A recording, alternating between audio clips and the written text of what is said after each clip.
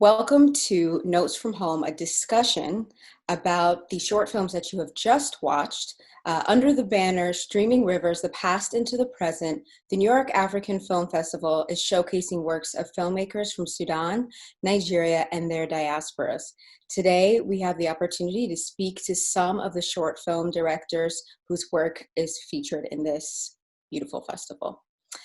Today we have the vanguard, as Mahem Bonetti likes to call them, young and important directors who are talking about and showcasing different issues that come up in their country, but also through beautiful aesthetics and really, really thoughtful filmmaking techniques.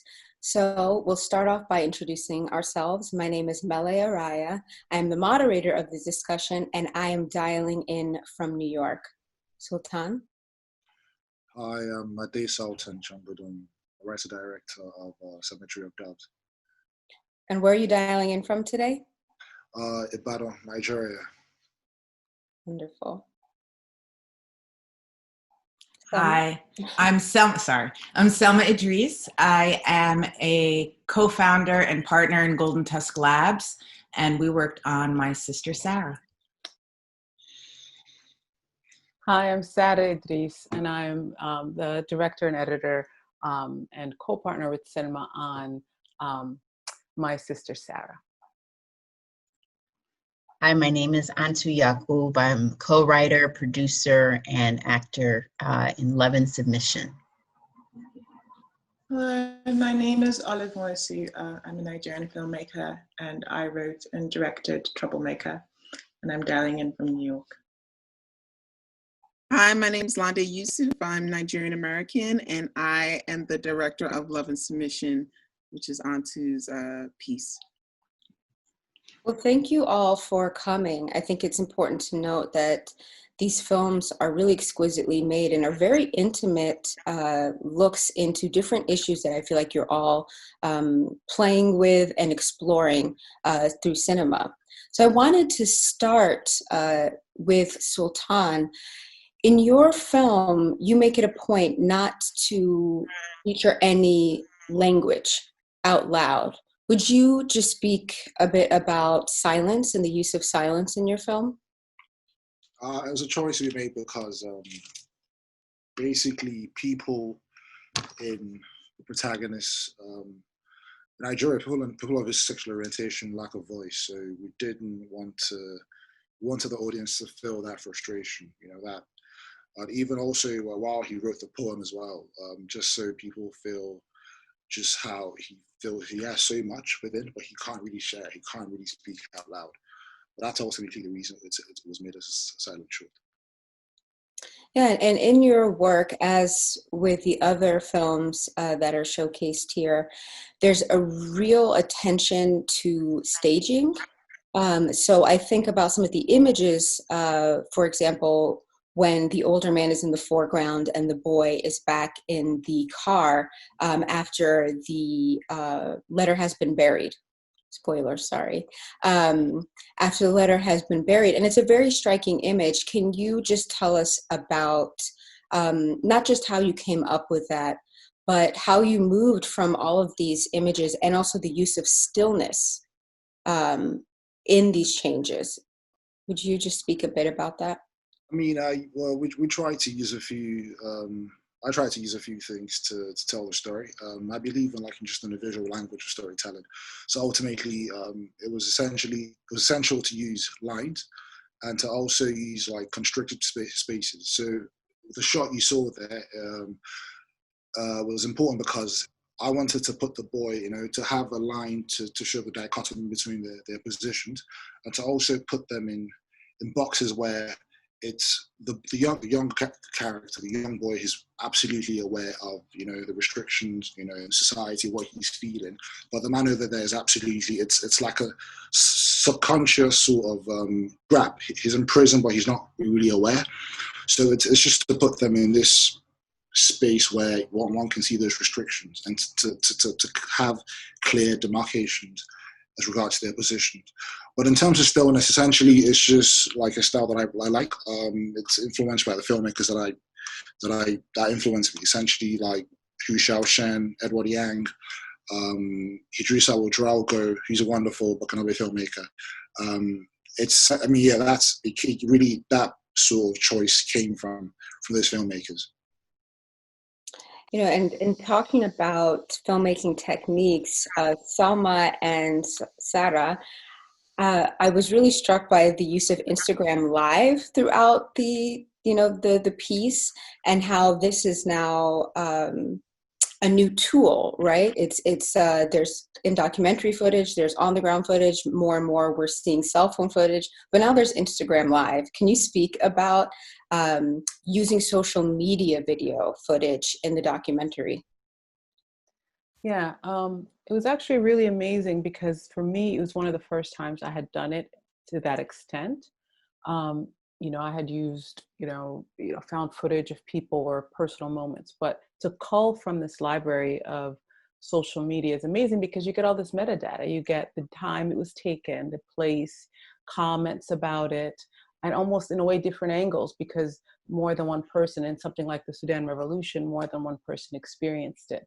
So you can kind of see different parts of it. And in a way, it's more research and it's discovery, but it is really as a filmmaker, I think it's an exciting kind of thing. I mean, there are issues obviously of sound qualities and visual qualities, but it gives an authenticity to an event, especially something like a movement or a revolution that I think, it would be very difficult to get. I mean, you get people's personal reactions, you're getting people ducking from gunfire, you get, things that, you would have to have somebody in the field otherwise do. But these are of, the people who are experiencing it at the moment, at the time, and their truest experiences and their, real time reactions. So for that, I think that was really kind of interesting. Yep. And to add to that, one line that I was going through my head the whole time that we were working on this was, the revolution will not be televised. And it won't be from the hands of the master that shows, the uprising of the people. We are now empowered to kind of show our experiences, our struggle, and our revolution, and to inspire that butterfly effect around. And I think that's the true power of being able to take people's personal perspectives, like Sarra said. And it's not a controlled camera. It's everyone's personal view. It's how I saw the situation. And in using Instagram Live, we also get to see direct responses to criticism on Instagram by Sarra.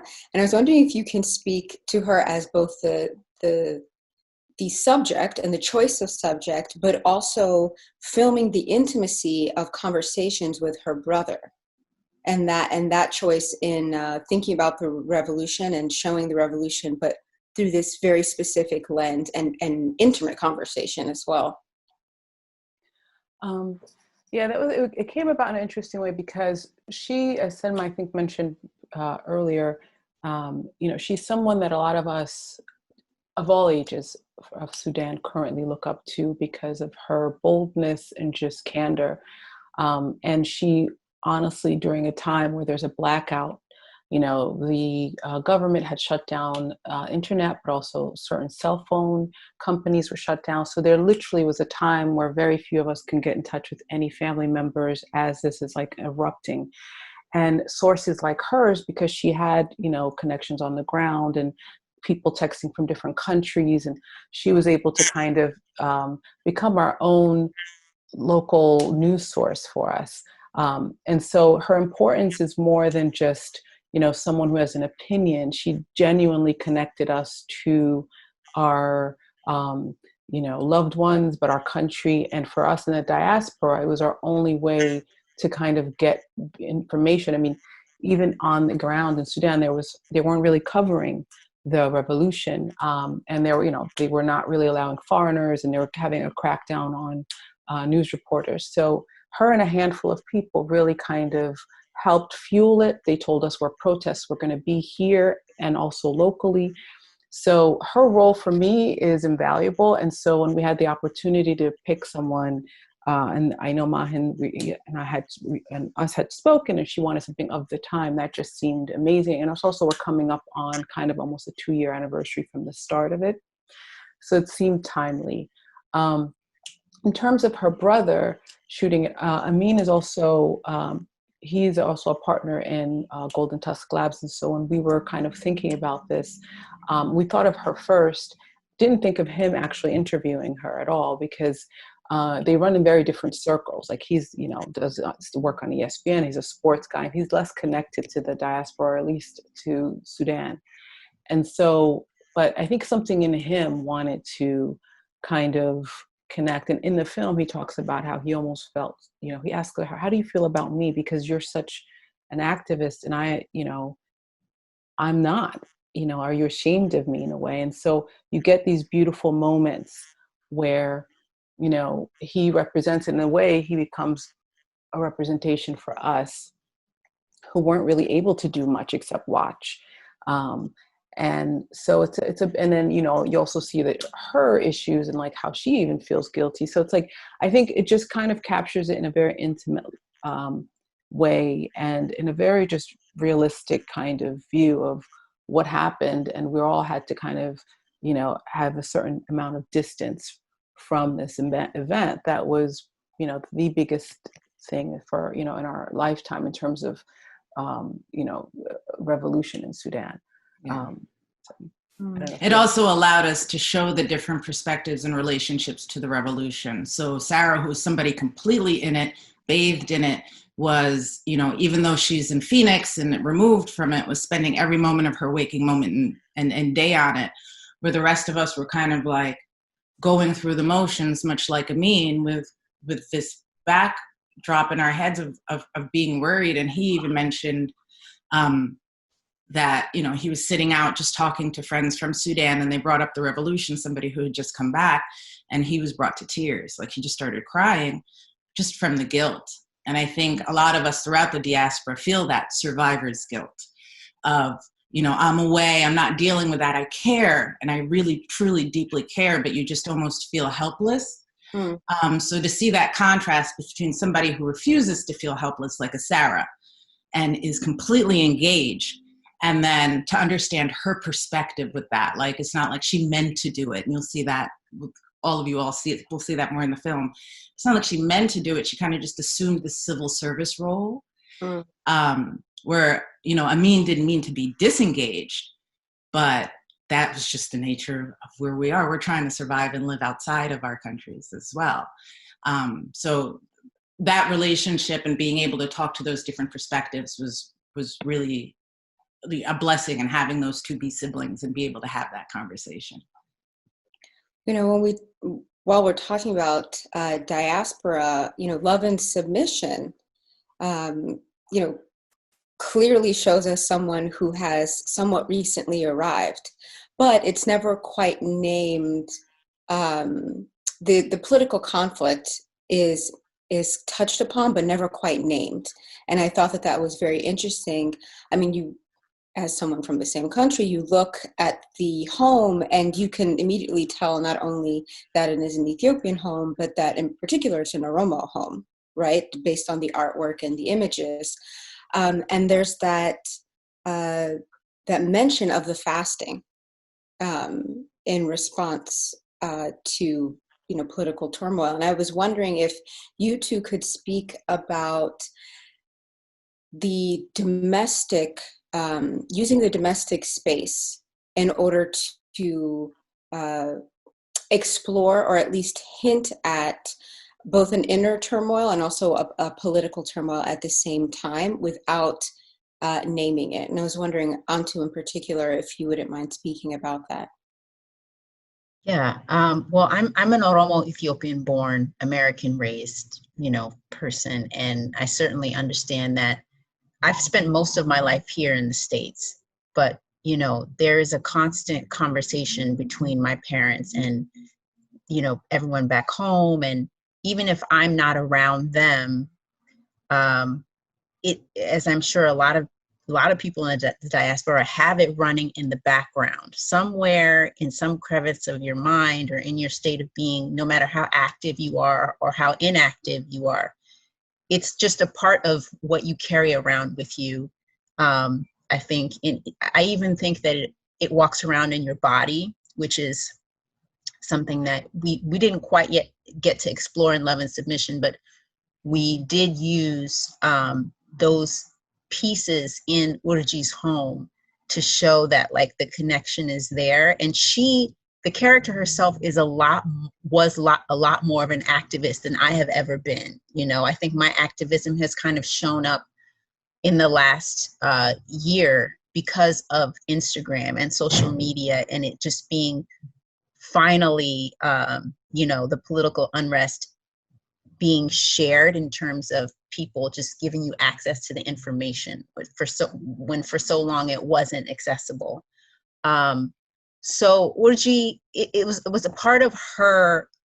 It's a part of who she is, and the fact that she moved to the States, you know, and she married an American man, but someone who understood, you know, it wasn't random. He understood how important, you know, this was to her, and this was to the diaspora in large. I mean, he has his own things. The film is an adaptation of an opening scene in a play that I wrote. So there's a lot more to eventually, you know, discover about these characters. But her husband also is an activist in his own right. And so I think something that I found interesting when we meet each other, people of the diaspora in this country, whether we know where our ancestors are from or not directly, I think there's this wall that you meet, like someone who may describe themselves as African American. They may not know where, you know, a recently arrived immigrant, or even within the 5 years, they don't know where they are, you know. And I think that's something we kind of also hint at with Amira and Urji, although we kind of understand that Amira is also an activist in her, you know, in her own way, but maybe not as extreme, not extreme, but not as full. So to get back to your question, we did want to show that in Urji's home, you know, the awareness and the struggle is still there in her heart, but there's not much she can do about it physically, because she is somebody that if she returned, she would probably be arrested. You know, if she returned to her home, she's not a quiet person when it comes to those issues. So she's in this place where this is my home. How much of this, you know, and then there's also like the tracking, you know, how does Amira know these things, and how much information does Urji even want her to know about her activism now that she's in this country? You know, we wanted to hint at it because it's a reality that I think a lot of people are carrying around, but you just never know how they got to this country, what you know, what transpired, who had to open doors, who didn't open doors. And I'm going to let Lande talk more about, you know, more about it. I feel like I've been going on and on about it. Yes, Lande. No, it's all good. You know, like I said, I'm Nigerian American. You know, do I know as much about the conflict that was described in the film that Antu wrote? No. But I do know that Africa is always struggling with political, you know, turmoil, instability, or conflict one way or another. And that puts a lot of people that immigrate here in a vulnerable position, right? Like, she's depending on this man and is putting like a lot of like her aspirations for forming a family on him. And then to have this kind of experience with someone unexpectedly was something that I really wanted to showcase. And then also the fact that, you know, patriarchy just impacts the Black community. Like, it's not exclusive to just African women, which is generally the stereotype that's expressed, but it's something that I think that it's a global issue, and I think the way that we navigate it is actually quite similar, regardless of your ethnic background. So I connected with the script off of that because polygamy is a big theme in my family. Both of my grandfathers were polygamists. I have uncles that were polygamists. I've written a script that incorporated some elements of polygamy as well, and it's a topic that really interests me. So once I read the script, I was like, yeah, I'm totally in. Like Muslim, polygamy, Africa, check, check, check. I'm in, you know. There's that spectrum of surveillance, right? There's state surveillance in the home country, and then there's the way in which people who exist online, especially women, are always in danger of being surveilled, of being traced, you know. And so I was wondering if you could speak a bit about the choice to have this woman like search for information about her co-wife. I don't know what to say. Urji. Yeah, Her husband's wife, her husband's other wife. Her That could be the sister other wife. name for this film. Sister wife. I mean, you know, with those kinds of communities, image is everything. So people are going to go to great lengths to preserve whatever they want to project. And I wanted to show how much of an internal struggle that was for Amira, you know, especially like asserting herself in that way, like she basically rolls up to the other woman's house and was like, hey, like we're married to the same guy, you know, and that's not something you typically see in that community. Like generally, like the guy facilitates bringing the women together, or they find out, you know, more indirectly. So I appreciated the script because of that. And for me as a director, it was important to show how emotionally wrought Amira was in having to kind of take this on. And then also with Urji, like, I like that we were able to show, you know, some of her more intimate struggles prior to her guests coming over, because it provided context for why this encounter was so like tense and, you know, critical. But yeah, and then lastly, I'd say like the confrontation scene where it kind of like all implodes was really, really important for me too, because it really shows how much basically like women have to a degree, negotiate with each other how they want to navigate polygamy. And where does the man fit into this, you know? I do like that we actually didn't heavily feature him, because in polygamous situations, I feel like the woman is more likely impacted, and the children as well. So yeah, like I appreciated the script on so many levels. And again, as a director, I just wanted to show what they both were separately dealing with, and then what they were dealing with as two women dealing with the same conflict. But yeah. I also think this is the first time I've ever seen Jat in American cinema. So that was like, oh yeah, okay, that's what that is. You know about it. So I'm so happy, first of all, that you knew the decorations were Oromo, because I think a lot of people won't know. And it just made me smile on the inside when you introduced it and you knew that. But like the Jat thing was really interesting because generally it keeps you up, you know, and and so there are things that I'm watching after the fact. I'm like, oh yeah, it's supposed to keep you up. Why do I look so sleepy? You know, things like that.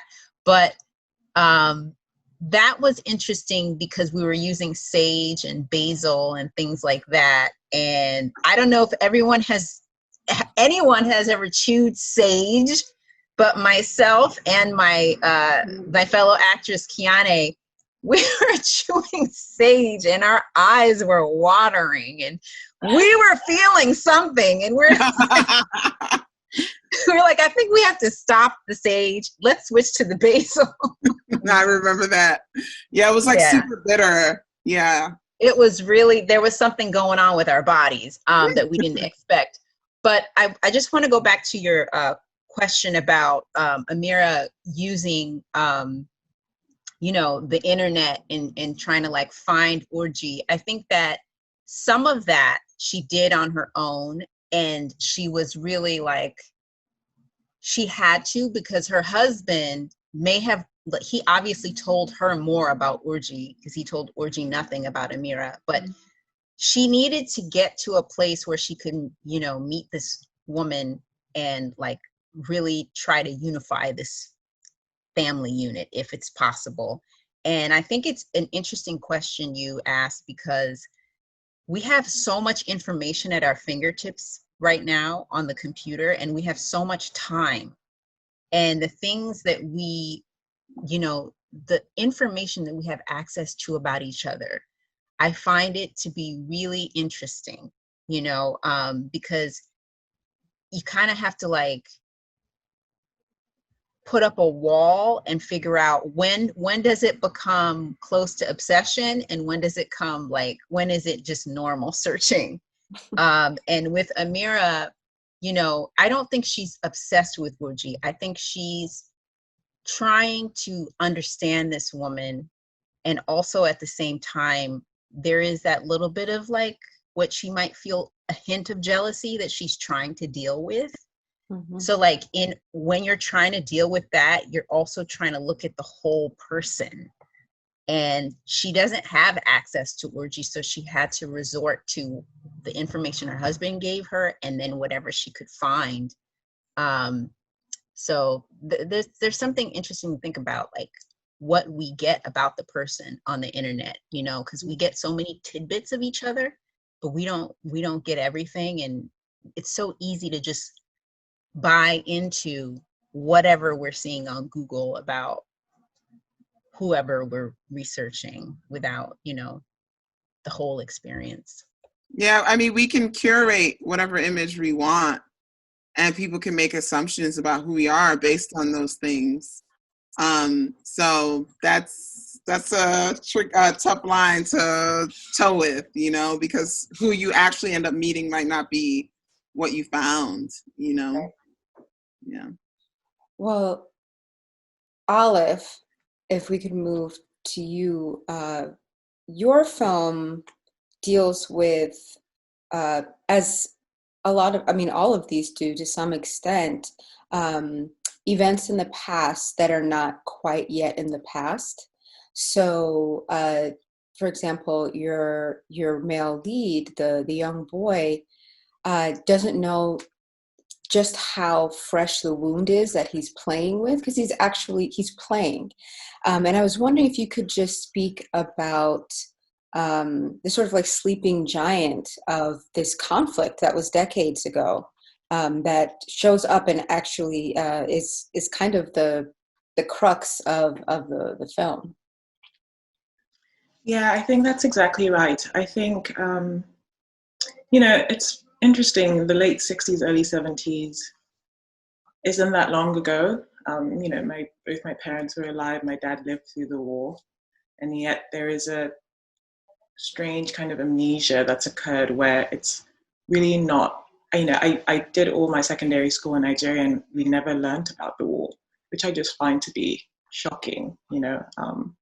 And so there's this kind of hole, it feels like, and I think a lot of the commentary in Nigeria is about moving forward past the war, and yet I don't know how one can do this without kind of reconciling, you know, the reality of it. And I think that in fact so much of that's still going on and so much that's unspoken, and a lot of the tribal differences in Nigeria are directly related to that event. And I think that's really kind of what I was interested in with the film, and how the youth have a curiosity and an implicit understanding that something isn't being spoken about, and yet can't quite, don't quite understand, because we haven't written our own history about it, not fully. And so there's a strained curiosity and probing. And I think the danger in that, if there is no conversation being had. And so, the young boy has this growing frustration with his community and with his grandfather that comes to a head when he finally lets out this kind of like violent streak, and causes this, it feels very inevitable explosion, right? And for me, it's interesting because there's been conversation about, how cruel, the cruel streak in him. And it's true, there is something kind of dark in that action. And yet I feel that it was bound to happen. And that is the sense I feel about Nigeria, and what happens if we don't confront our history and find a way to integrate it into our consciousness, and this kind of like unspoken trauma that I do believe really is a wound that exists still. And the choice to use children, and also exquisite child actors, I must say, it's interesting that people spoke to you about his violent streak, when for me it seemed like mischief. Yes. And how oftentimes Black children or African children in particular are not allowed mischief. Yes. And I was wondering if you could speak to, the choice to make him mischievous, and then, his friend, or is that the cousin? His friend. He was like an old man, and it was just so strange watching this little boy, except of course he would change his mind over a cookie. But could you speak to mischief and childhood, and also masculinity, boyhood in Nigeria? Yeah, I think there are a couple of things to that. I agree entirely. I think, being mischievous and being precocious are not traits that are appreciated in children. I mean, that is one of the roots of writing this, is I was such a curious child and nobody paid any attention to me. It was like, wait till you grow up before we deal with you, kind of. And that frustrated me so much as a child. And so I share that with Obi. And then there's this veneer of masculinity that I think does express itself differently. But to the point about kind of mischief and troublemaking in boyhood, it's very interesting because, those two boys, so the way we shot the film was we went to the village, and everyone in the film is of that village. And it really was a collaboration between us and the villagers. And really, the casting process was meeting everyone and kind of doing our best to cast a type. So the boy who plays Obi really does have the moniker of the most troublesome boy in the village. Like, everyone knows him and points to him, and he gets, unfortunately, like slapped around once in a while for, like being that kid. And his friend is the boy who comes first in school, and that seriousness is him. He has this like assumed manhood that is so noble, but also like breaks my heart because he's only 10, but there's a difficulty to life that I think brings that. And so I think that was the best part about making this film, was kind of inviting the villagers to the process and really crafting what felt like true kind of social relationships and identities, and finding a way to integrate them into the story. So I wrote the screenplay, but the boy who plays Obi couldn't read, the grandfather, the mother don't read. And so really when we got there, it was about throwing away the script and then kind of workshopping and improvising with them. So all this to say that I think kind of there's a truthfulness to, I want to believe there's a truthfulness to the film that is just kind of almost ethnographic to the place, and is a real kind of understanding of, masculinity when it's difficult to like fill that role that typically has existed. And what I mean by this is, many of those young men are sitting around and they don't have jobs, and there is a like frustration because there's this masculine energy and this kind of expectation to go out and provide and to, be the man. And yet, how do you do this in a state that has failed you? And I think that it's the beginning of that also in the children, all the way up to the grandfather who then, in a way has been broken too. Yeah. Yeah.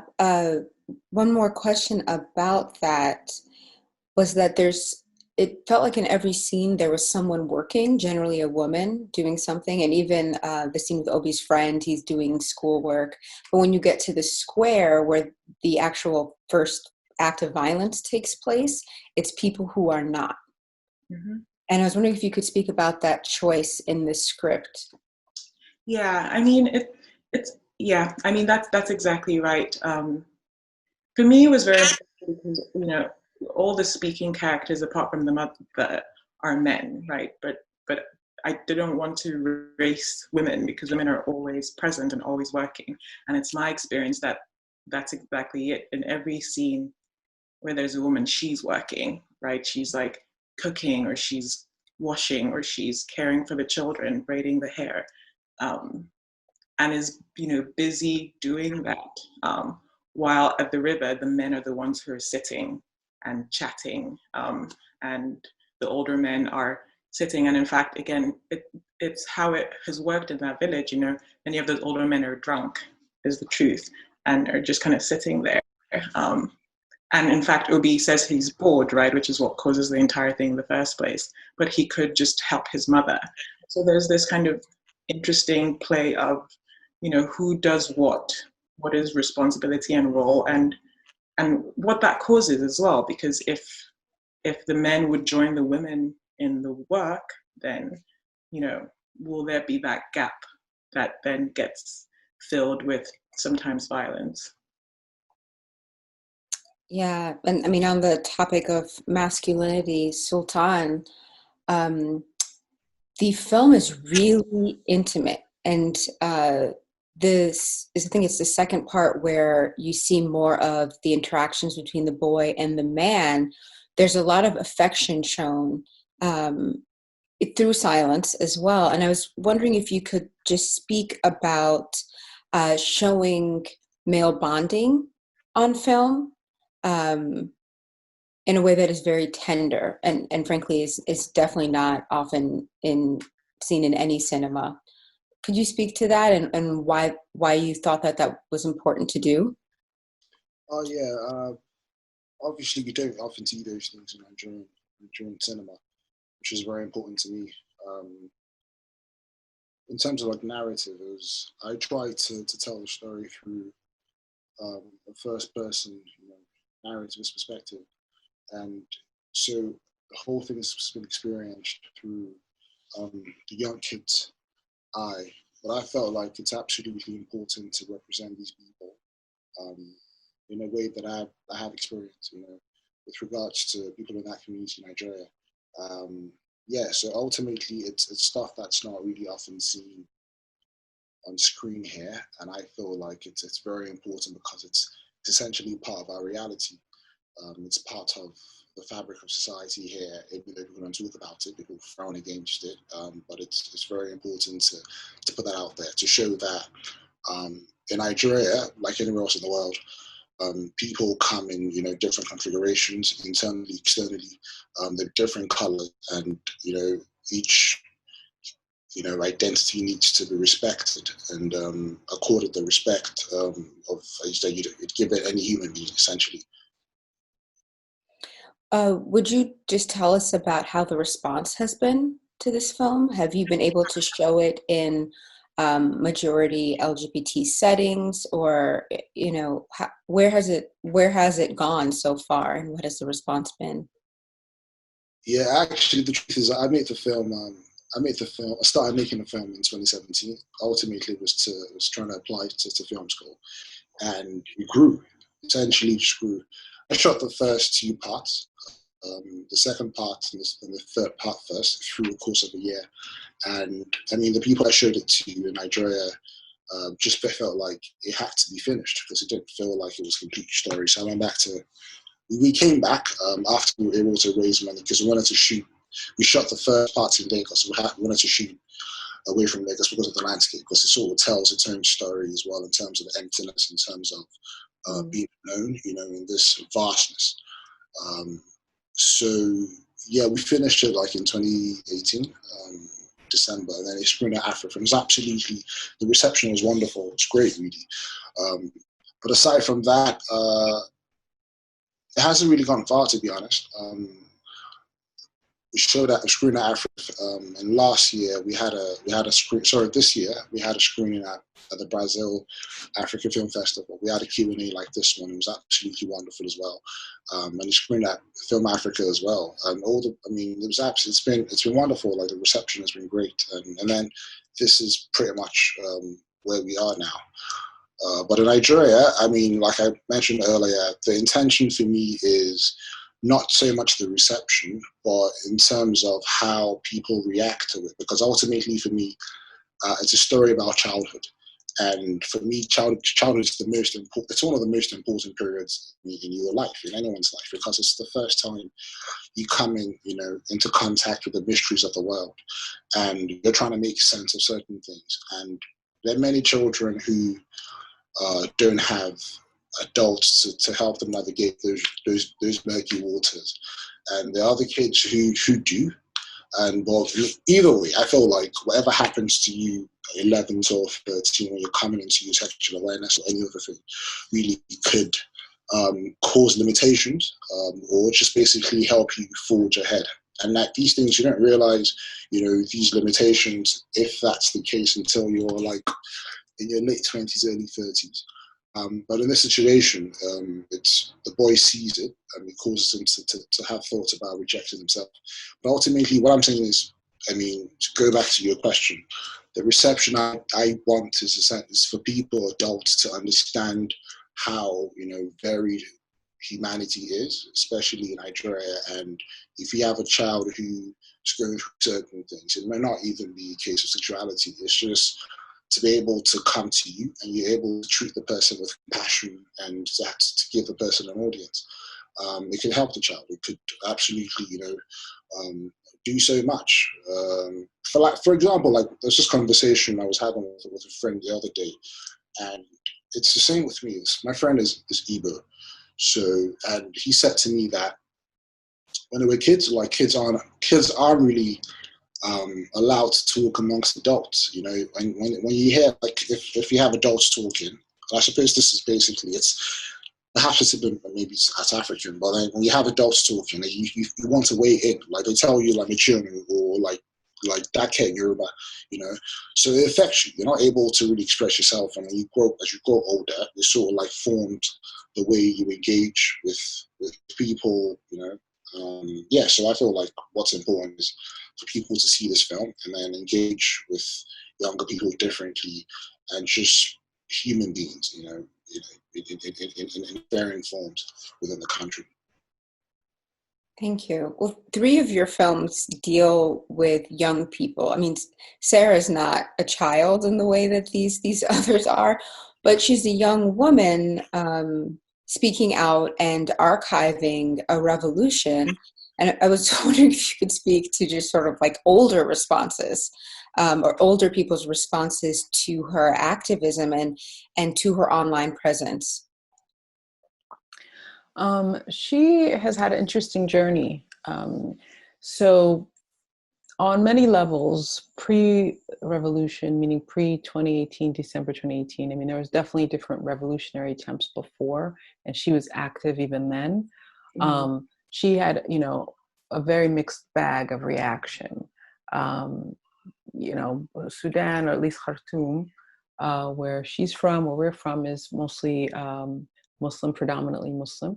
Mm-hmm. And so, she's talking, and she has her hair out and it's curly, and she's just saying what she feels, and she's addressing every issue from, gender, politics, all these things. And so she's had both men and women in the past,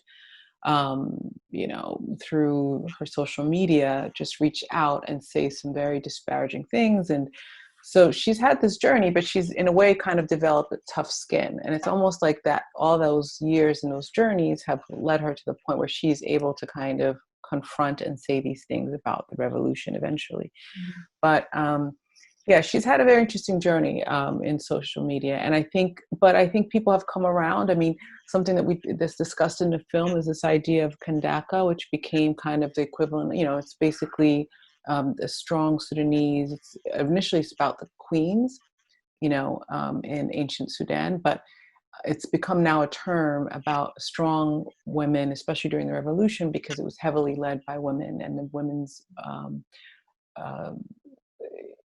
basically their inclusion, or basically their, I'm trying to think of the word and I can't think of it, but the fact that they were a pivotal part of the revolution. And so the term kandaka was starting to get used by, generations young and old. And in the film, she mentions, her brother actually says, this is ironic because for so many years, you have had a slew of misogynistic, terms and people and reactions from people based on the fact that you were just speaking. And a lot of times they were addressing your look, not even the substance of what you were saying. And, I think that hopefully part of the thing that might have changed with this revolution is that people are starting to take notice because of they recognize not only her value, but other women's value in the society of being like, okay, maybe she needs to speak up and let her, and I think she also has allies now that can jump in. And if someone says something, because that's the thing about social media, right? It's just this random pool of people, and you can, say or do whatever you want. Lande spoke about it earlier, where it's like you can be anything and anybody, but it's very different when you have a community that can then respond to that. I think that puts people in check a little bit and has a balance. And I think, if anything, hopefully her exposure through the revolution can also, not only for her, but other women and other, vocal young women and men have allies now, because you understand how important that voice is, and that it's not just some, opportunity for you to spew whatever you're dealing with or whatever crazy that you want to spew. So. Allies and role models, right? Because one of the kandaka that became a global symbol for women's strength from the Sudan Revolution, I don't know if you all remember the woman with the white tobe that had her hand up in the air and became an iconic symbol for women's power all over, even people who knew or not knew everything about the revolution.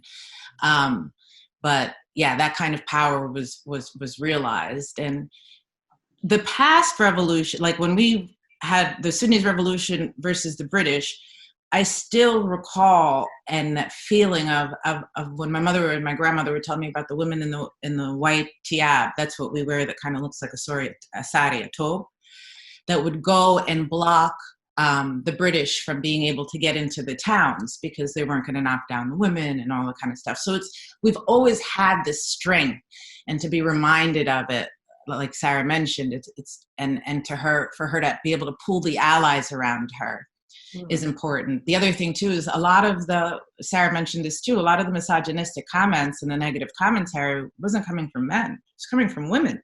Yeah. Saying, woman, what are you doing? Why are you speaking like this? Why does your hair look like this? How come you're out there looking like a guy? How come whatever? So it's hopefully changing that, even that self-hatred or that self-doubt within some women themselves, to kind of, find their power in join this. Well, in your film, Lande, we see the accusation of flashiness or not being, lack of humility in that painting that is on, what is her name again? I'm sorry, Orchis wall. Could you speak about that? Because it's so clear there's this tension between them that's not just personal, but it's coming out in another sort of like a culturally aggressive almost way. Would you mind speaking about that? I mean, yeah, sure.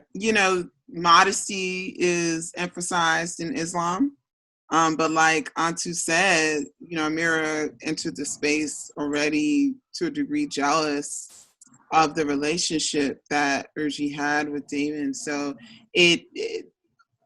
she was using religion to, essentially point out that she's envious that, Urji is seen in this way, and like her beauty is marveled by their shared husband.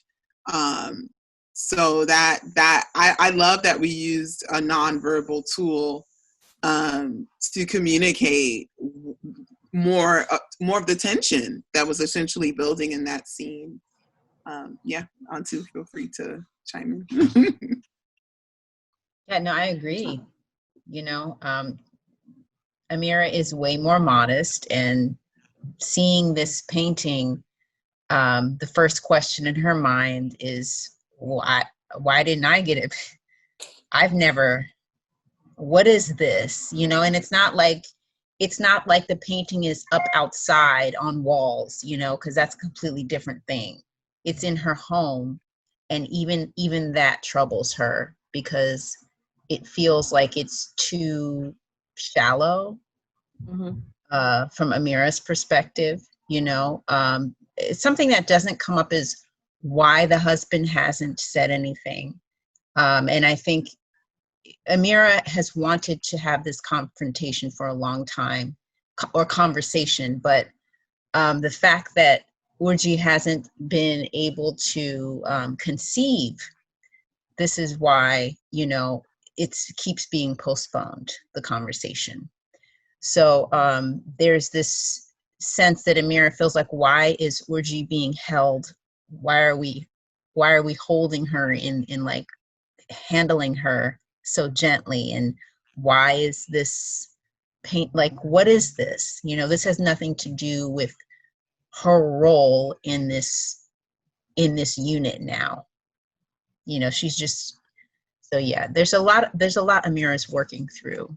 I think her intention is at this point, is in the right place, but you can't help but to feel what she's feeling in terms of her jealousy, in terms of trying to make sense of how to be compassionate, but how not, there's just so much. Well, the filmmakers that I'm looking at right now are primarily women, and I would love to hear from you about the experience of filmmaking as a woman in this industry. Would you mind, Lande, since we're with you? Yeah. There's definitely a lot of sexism in this industry if you want to be on set. A lot of second guessing of your decisions. And, I do find that a lot of times, no matter what project I'm working on, there's always a guy that I'm cool with, and he's like, okay, so, with that scene, you should try this. And I'm like, all right, like, I got it, and there was even a point on this film where I made a decision in the final scene. I wanted to frame it a particular way. And the scene where Urji destroys the painting, and I was like, I want it to be a wide shot. I want it to be fixed. I want it to be static. And they were like, no, this isn't going to work. And I said, yes, it is. Just do it. And, there was like a lot of debate. And I just got to a point where I was like, just do it. Like, like I got aggressive. And sometimes you have to do that, be a quote unquote bitch to make your point clear, or to emphasize your vision. Yeah. But yeah, I it's hard because like I like working with guys, I actually, for whatever reason, tend to work really well with them. But then there oftentimes becomes this dynamic when it's showtime to kind of like feel like they need to guide and mentor me. And I'm like, where is this coming from? Like, why are you taking on this paternal, stance on supporting me today? So that's been something that I'm trying to be mindful of moving forward with my projects, like how to really establish boundaries with that. And then also, I just really value the tool of media messaging in general. and how people are depicted, especially Black people, especially Black women. And, you know, I want to participate in adding more variety and more nuance to our humanity. And I think that film is a great vehicle to do that. I also just feel like there's just so many stories that still have yet to be told. And, you know, I mean, some people say, oh, well, it's just the film, but I actually don't agree with that. I think film and entertainment in general leaves a huge impact on the psyches of not just children, but adults, because people want to feel validated and affirmed, whether it's through dramatic pieces, comedy, romance, sci-fi, whatever. You know, I think everybody wants to see some aspect of themselves expressed through the medium of film, television. And I would even include music in that as well. So, you know, that's why I do what I do. You know, it's, yes, I like to be creative, but I'm really using it as a form of activism, to be honest. But yeah, that's it. Olive, would you mind answering the same question? For me, I think I'm very careful about who I'm collaborating with. That is my first thought is, you know, who will support me on set, but also who will not get in the way for whatever reasons. I have to say I've been very lucky. I collaborate with a Nigerian producer, a woman, and she's incredible. And I think just having her as my kind of partner has been amazing. And because she's been working in the industry for a while, she has her own kind of crew of many men who, you know, through the years she's kind of vetted, who are like really respectful and amazing collaborators. And so I've been lucky to be supported by those. Honestly, I'm still at film school at the moment. I'm doing my MFA at Columbia, and what I notice more is kind of this issue in the pipeline. You know, I'm the only African woman in my program, and like for me, that's where you see the lack, right? Because there's no reason why that should be the case. And not just with women, but honestly with Africans in general. And so where my fight is, I think, is, you know, how do we get more of us in the room in the first place? And we have a long way to go in that regard. And Sarah? I'm just thinking about what everyone said. Lande, you had me like, I was pumping my fist inside. I don't know. I mean, like, listen, we're surrounded, right, by these guys. We can't avoid it. It's in our everyday, it's in our domestic lives. You know, I'm married, I have a husband, I have to deal with it at home. It's just one of those things that you learn how to navigate, and you learn to say, like, you know, and I think with time, though, and I think that's what's funny, is that we're able to do so much in every other aspect of our life. But, you know, there is this kind of weird role switch that happens when it's a profession, right? That suddenly they feel like they have this, you know, way that they can talk or answer. And you're just kind of like, okay, I'll let you do that for a little bit. But I think as long as you know how to maneuver, and unfortunately that's what we have to do, you know, you get it done. And I think that there's a lot of issues. I mean, you know, it was kind of like what Olive was saying in terms of the pipeline. I've done some work with the School of Visual Arts in their MFA program, trying to get more people of color, just artists. And I'm like, you know, artists in general are the most vulnerable, or one of the most vulnerable in our society in terms of what they're putting out there. They're also choosing to not have lucrative financial careers initially. And so then you're on top of that, putting them in a situation where, you know, they're, you know, especially at the MFA level, they're kind of coming in and exposing themselves and all this that you're asking them to bring. But if you don't have people who are receiving that or even understand where that's coming from, that you're doing damage to the person. This is not like a profession. So there's that issue of that. There's the issue of, you know, reflection of what we see in cinema, that there's definitely a lack. I mean, you know, historically, we judge civilizations by their art. You know, we judge people and how well they've done, and you know, how they treat each other, who they represent. And so it is ludicrous to me that, you know, in 2020 there are like very few stories of who we are, and that is partly due to the system, but I think hopefully now with technology and with the ability to kind of make our own content, that we grab that and you know, make that happen as well. Because I think it's really now on us, because that gap, you know, I've been doing this for a long time, and I, you know, was an editor initially, and started directing later, editor and artist. And it just, the technology itself to edit, before you had to have the Avid and the hardware and the software, like it was not something that you can do. Same with film. And so, you know, shooting, I mean, production. And now that there's that gap, so, you know, I think there's, in terms of being a woman, you know, I'm a woman in the world, so I navigate, I do what I have to do. But I think in terms of, you know, being an artist or being someone who's creative, you know, I think it was, you know, something you mentioned, and I'm forgetting your name, I'm sorry, the one guy that's on there that we were talking.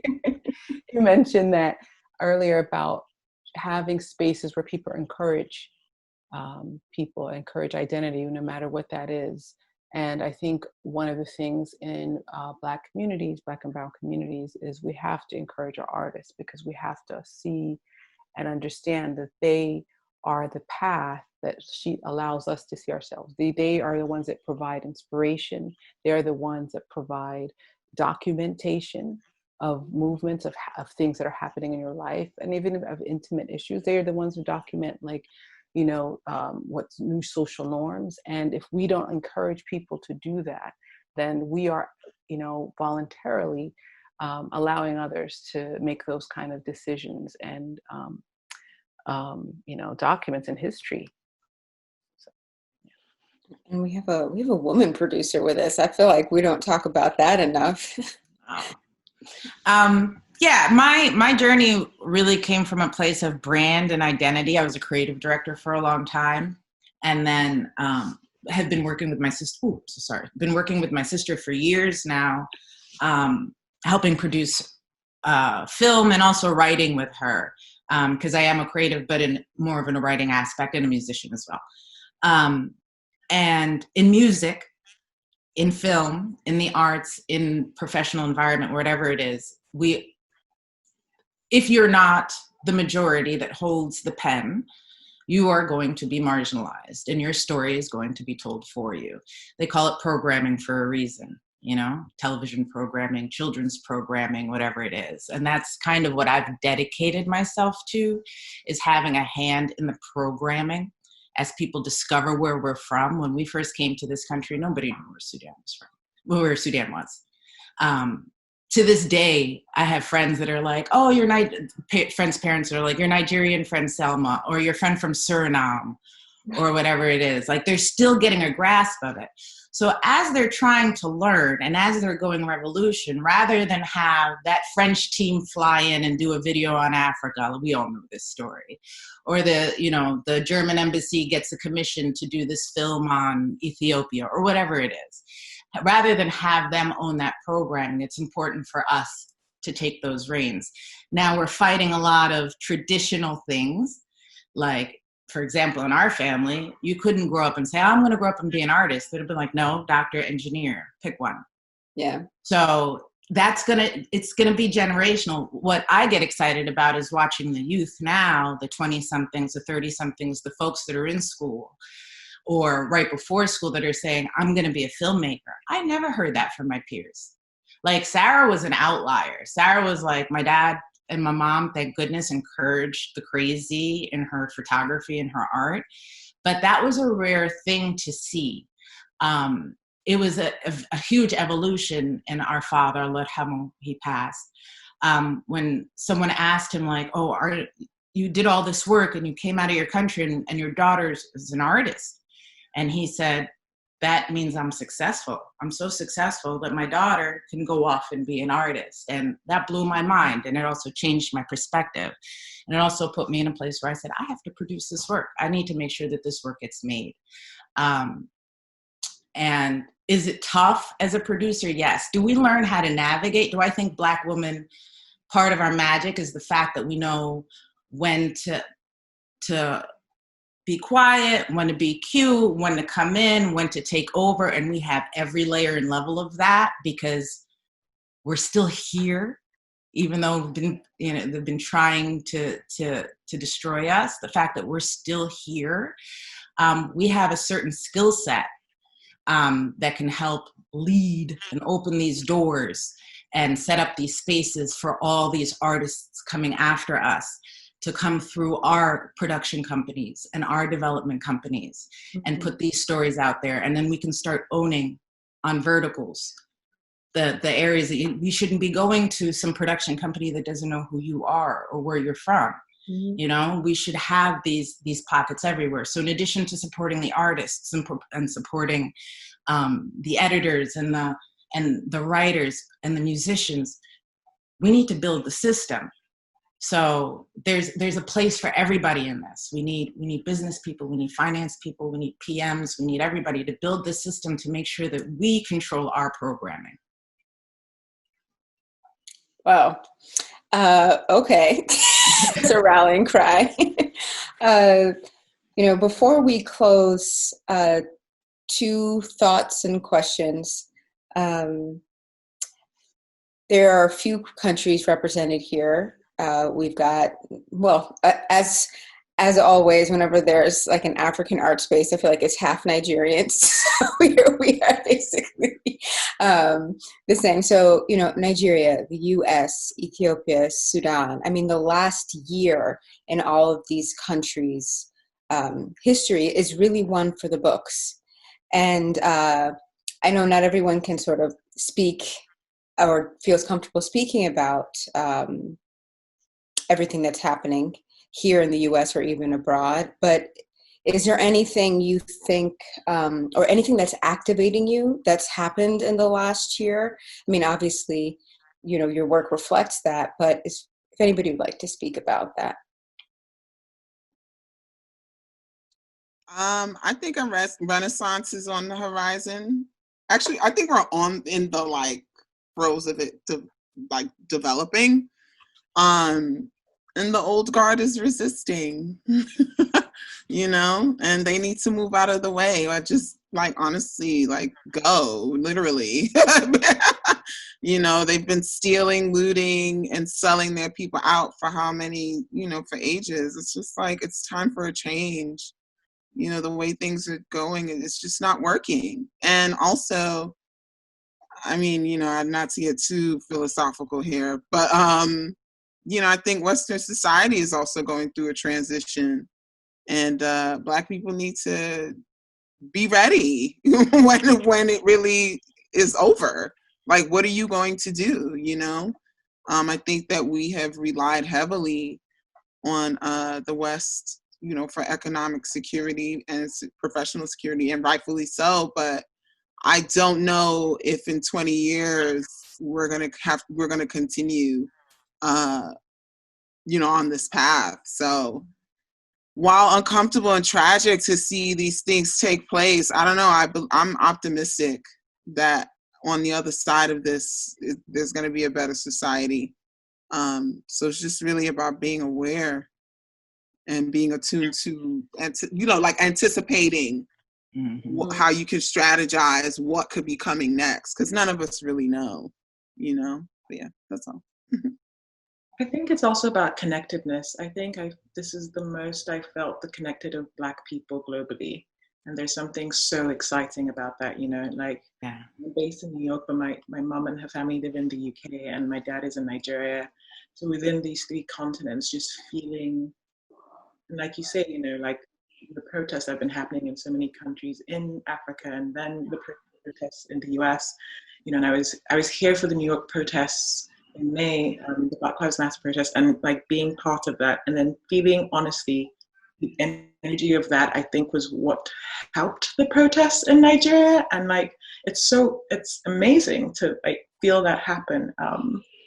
And you know, the protests in Nigeria have kind of quietened, but there is still this sense, even within my network here in New York, of like continuing to talk and like, you know, like conversations between African Americans and Nigerians and, you know, Ethiopians and people in the UK, and that's what's exciting for me, is I think hopefully this coming together that is, you know, long overdue and has been in the works, and understanding really that our story is the same story and we're connected, and there's power in numbers. Thank you. Well, it is the African Film Festival, so I was wondering if you could each just mention a film from the continent of Africa or the diaspora that really touched you or that is a touchstone for you.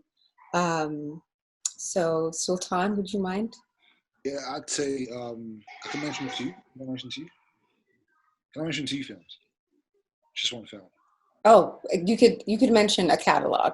I'd say To Lie by Idris Abudraogo. It's a wonderful film. And also Samba Traore, same filmmaker. Yeah, it's sort of like changed the way I just look at African films in terms of just the way like characters work, in terms of like how, I mean, landscape and how you use the space to tell a story with the characters, and just in a universal way, you know, and also to engender something that's also very authentic, you know, to African storytelling. It's just absolutely wonderful. So those two films, yeah, To Lie by Idris Abudraogo and Samba Traore. Thank you. Anyone else? I would say Tuki Buki for me is such a touchstone. The audaciousness of it, the boldness inspires me always. And the complexity of the characters, you know, to allow a person to be good and bad and to be, you know, to be all spectrums, I think is exciting to me.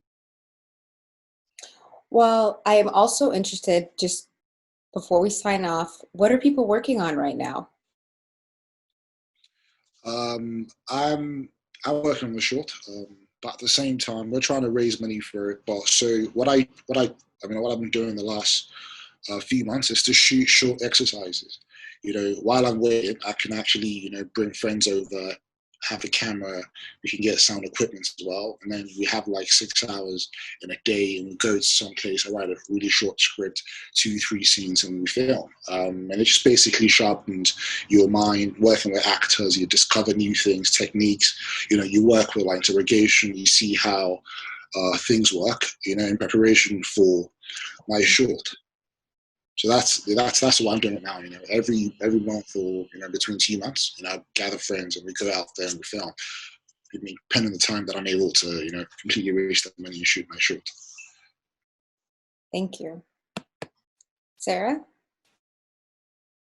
Selma and I are working on a few projects. There's a documentary film we're pitching. There's another short we're going to be hopefully starting in a couple of weeks. And that's going to be interesting because we probably have to navigate through this world right now of it's a lot of interview stuff, but we're going to have to figure it out during Corona time. But it's just that gap where you can do it. And I don't know if I'm missing anything out, but yeah, there's an episodic series. So we're kind of, there's a couple of projects, so 2 in development and 1 hopefully we can start production on soon. Mm-hmm. Wonderful. And actually, you know, Antu, how is it being an actor right now? Is there anything on the horizon? I know the U.S. industry is going through it. Well, I was actually blessed. I mean, blessed enough. Last week I wrapped 3 days on a limited series for Netflix that's coming out, and that's the first job I've gotten since, you know, the pandemic had hit us since April. So that was nice. I mean, it was the measures that they're taking in terms of the SAG-AFTRA guidelines, the union guidelines for COVID just are so like strict, and that gave me a lot of peace of mind, you know, going into it, constantly being tested, and you know, just making sure you know, everyone was okay to shoot. So, you know, I mean, I've also, like, during this period, I wrote a pilot, and right now I'm, you know, I'm really working on that to try to like bring that to the forefront. It's a historical fiction piece that's set in Ethiopia. So I'm really, I'm excited about that because I think with everything that's going on, it's so overdue for us to see ourselves. And when I say us, I mean just Africans in general, and all of, just echoing what everyone said before, but it's past time for us to see ourselves when we see period pieces, you know, see ourselves when we see things in the future, see ourselves when we see it, when you're looking at horror genres or comedy. It's just so past time. So I'm really jazzed about, you know, how this is going to find its way to a small screen near all of us. And Lande? Sorry, I clicked on the wrong button. I am actually currently seeking funding for a feature set in Nigeria and the United States that I'm currently developing, working on some documentaries, and I'm essentially just building a slate of projects so that I can just shoot something in 2021. But yeah. Olive, if you wouldn't mind telling us about your creative projects and also school. Yeah, so I luckily got some funding from the BFI, the British Film Institute, so I'll be shooting a short film in Nigeria in January. And then I'm also developing a feature that hopefully we will make at some point in the near future. And I'm also writing a miniseries that is also a futuristic series set in Nigeria, because I agree that we need to see ourselves in the future. And I think kind of imagining that future actively is so important, and it's so exciting. And school has been interesting in the time of COVID. It's weird to be in film school when you can't shoot. But we've been doing lots of writing, basically. I've written and written and written for the last 9 months, and it's actually really exciting to get to shoot again in January, because writing is great, but after a while, if you don't feel like it's making, then yeah, it's been an interesting time for everyone, I'm sure. So yeah. Well, thank you all for joining us today, me today. I'm not from AFF, but I had a blast. And we'll make sure that your socials and all of your information is available so people can follow your work. But thank you so much for taking this time, and thank you for your work. Thank you, everyone. Enjoy the rest of the series. Thank you. Thank you. Thank you so much.